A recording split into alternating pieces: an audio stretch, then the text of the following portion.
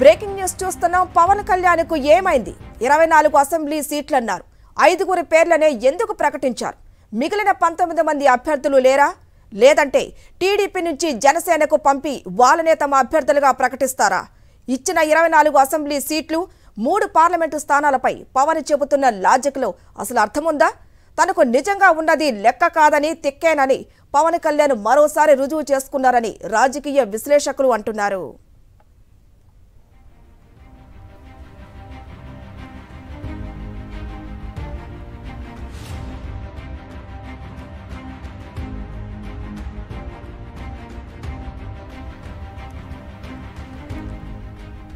పవన్ కళ్యాణ్కు ఏమైంది? 24 అసెంబ్లీ సీట్లన్నారు. 5గురి పేర్లనే ఎందుకు ప్రకటించారు? మిగిలిన 19 మంది అభ్యర్థులు లేరా? లేదంటే టీడీపీ నుంచి జనసేనకు పంపి వాళ్ళనే తమ అభ్యర్థులుగా ప్రకటిస్తారా? ఇచ్చిన 24 అసెంబ్లీ సీట్లు 3 పార్లమెంటు స్థానాలపై పవన్ చెబుతున్న లాజిక్లో అసలు అర్థముందా? తనకు నిజంగా ఉన్నది లెక్క కాదని తిక్కేనని పవన్ కళ్యాణ్ మరోసారి రుజువు చేసుకున్నారని రాజకీయ విశ్లేషకులు అంటున్నారు.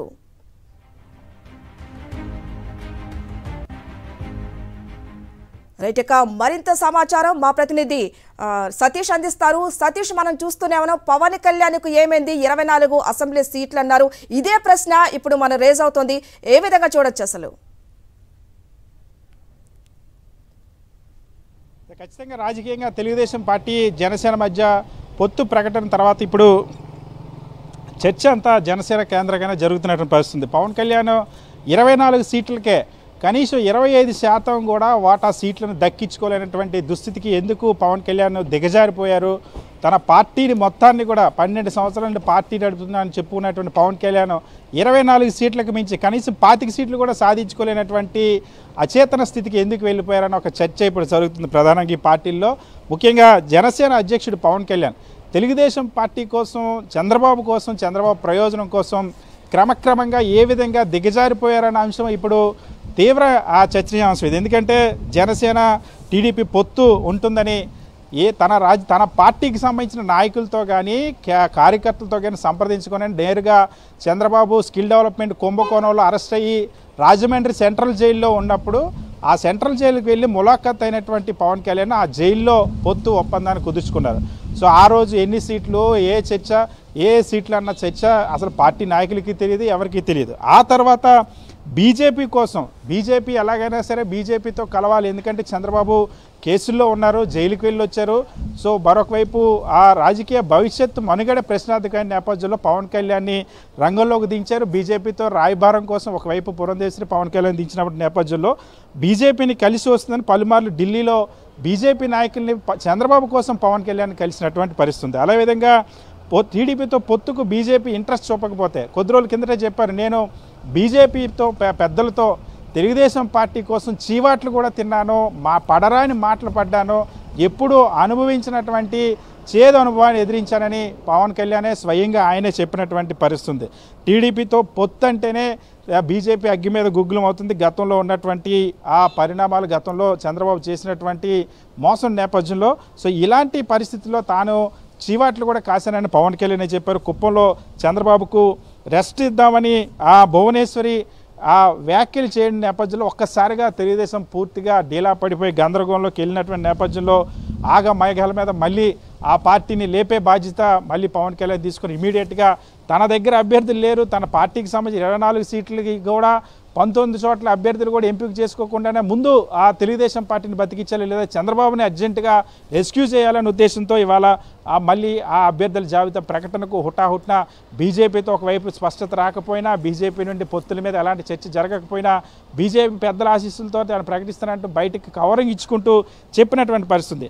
అదేవిధంగా ఇచ్చిన 24 అసెంబ్లీ సీట్లలో కేవలం 5గురు పేర్లు మాత్రమే ప్రకటించారు. మిగిలిన 19 మంది చోట్ల అభ్యర్థులు లేని పరిస్థితి, లేదా అక్కడ కూడా చంద్రబాబు ఇచ్చినటువంటి ఆ అభ్యర్థులనే పెట్టాలని వెయిట్ చేస్తూ ఉన్నారు. సో ఇంతలా 24 అసెంబ్లీ సీట్లు, 3 పార్లమెంట్ సీట్లపై కొత్త లాజిక్ని తీసుకున్నారు.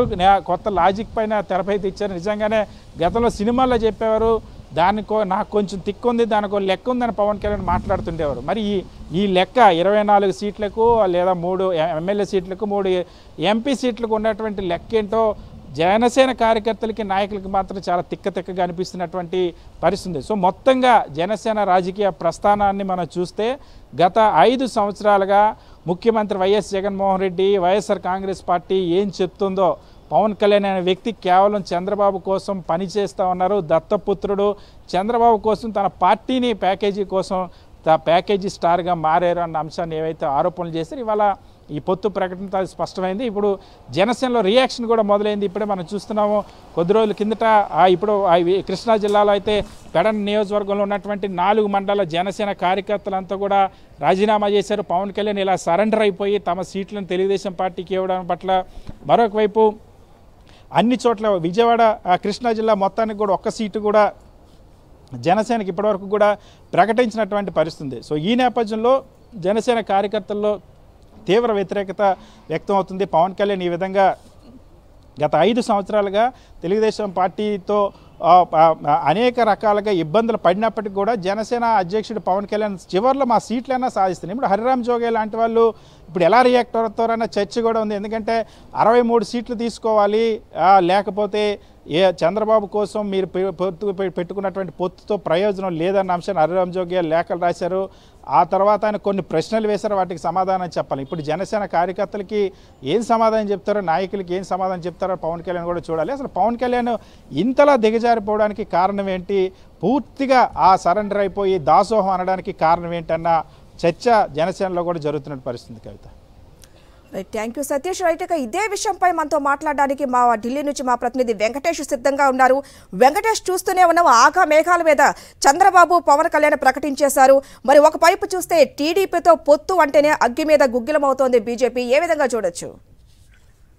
బీజేపీ ఈ పొత్తు సీట్ల పైన తీవ్రమైనటువంటి అసంతృప్తి ఉన్నట్టు కనబడుతుంది. ఇప్పటికే బీజేపీని సంపాదించకుండా, బీజేపీని కాన్ఫిడెన్స్ లోకి తీసుకోకుండా క్లియర్ గా ఒకవైపు జనసేన, ఇంకోవైపు తెలుగుదేశం పార్టీ ఏకపక్షంగా వారు సీట్లు ప్రకటించేటువంటి పరిస్థితి. నిజానికి మొదటి నుంచి కూడా బీజేపీ ఈ అంశం పైన తెలుగుదేశం పార్టీతో పొత్తు పెట్టుకునేందుకు పెద్దగా ఇంట్రెస్ట్ చూపించట్లేదు అనేటువంటి ఒక సమాచారం కూడా వస్తుంది. ఆ నేపథ్యంలోనే తెలుగుదేశం పార్టీ అధినాయకుడు చంద్రబాబు నాయుడు అనేక సందర్భాల్లో ఈ 5 ఏళ్ల కాలంలో ఇటు ప్రధానమంత్రి నరేంద్ర మోడీని, కేంద్ర హోంమంత్రి అమిత్ షాను, జేపీ నడ్డాను అనేక సందర్భాల్లో కలిసి వారితో బీజేపీతో ఆయన సంప్రదింపులు జరిపేందుకు ప్రయత్నించారు, పొత్తులు జరిపేందుకు ప్రయత్నించారు. కానీ బీజేపీ తెలుగుదేశం పార్టీతో పొత్తు పెట్టుకునేందుకు పెద్దగా ఆయన శ్రద్ధ చూపినటువంటి పరిస్థితి మనకు కనబడుతుంది. సో ఈ నేపథ్యంలోనే ఇటు జనసేన అలాగే తెలుగుదేశం పార్టీ రెండు కూడా ఈరోజు పొత్తుకు సంబంధించినటువంటి సీట్లు ప్రకటించిన నేపథ్యంలో మొత్తానికి ఈ రోజు జరిగినటువంటి పరిణామం పట్ల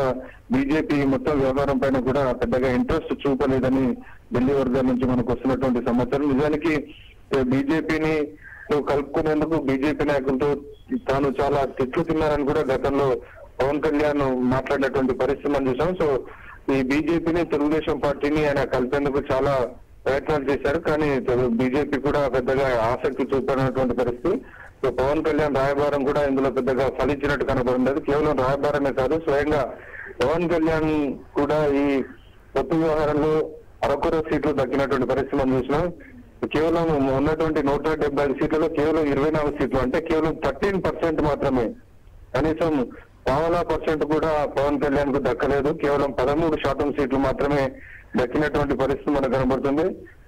నిజానికి తెలుగుదేశం పార్టీ చాలా క్రైసిస్ లోకి వెళ్ళిపోయినటువంటి సందర్భంలో ఖచ్చితంగా జనసేన తన యొక్క షేర్ ను 50% వరకు పెంచుకుంటుందని పవన్ కళ్యాణ్ గతంలో గంభీరంగా మాట్లాడినటువంటి పరిస్థితి మనం చూసాం. కానీ ఆచరణలోకి వచ్చి చూసారు సరికల్లా కనీసం 0.5% సీట్లను కూడా ఆయన పొత్తులు దక్కించుకోకపోవడం పైన జనసేన వర్గాల్లో కూడా కొంత అసంతృప్తి వ్యక్తమవుతున్నట్టు తెలుస్తుంది. ఈ మొత్తం వ్యవహారంలో ఒకవైపు తాను సొంతంగా ఆయన సీట్లను సాధించుకోలేకపోయారు, 0.5% సీట్లను కూడా సాధించుకోలేకపోయారు. అలాగే ఇటు బీజేపీని, తెలుగుదేశం పార్టీని కలిపేందుకు ఆయన చివాట్లు తిన్నాను, తిట్లు తిన్నాను అన్నటువంటి తిట్ల రాయబారం ఆయన నడిపించుకున్నప్పటికీ అక్కడ కూడా ఆయన రాయబారం ఫలించలేదు. బీజేపీ పెద్దలు తెలుగుదేశం, జనసేనతో పొత్తు కోసం పెద్దగా పాకులాడినట్టు, పెద్దగా ఇంట్రెస్ట్ చూపినట్టు కూడా కనబడడం లేదు. ఈ మొత్తం వ్యవహారంలో బీజేపీ పూర్తిగా ఒక ప్రేక్షక పాత్రగానే కనబడుతుంది.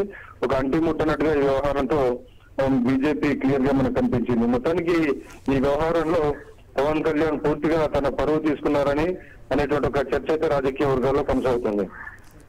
Thank you Venkatesh.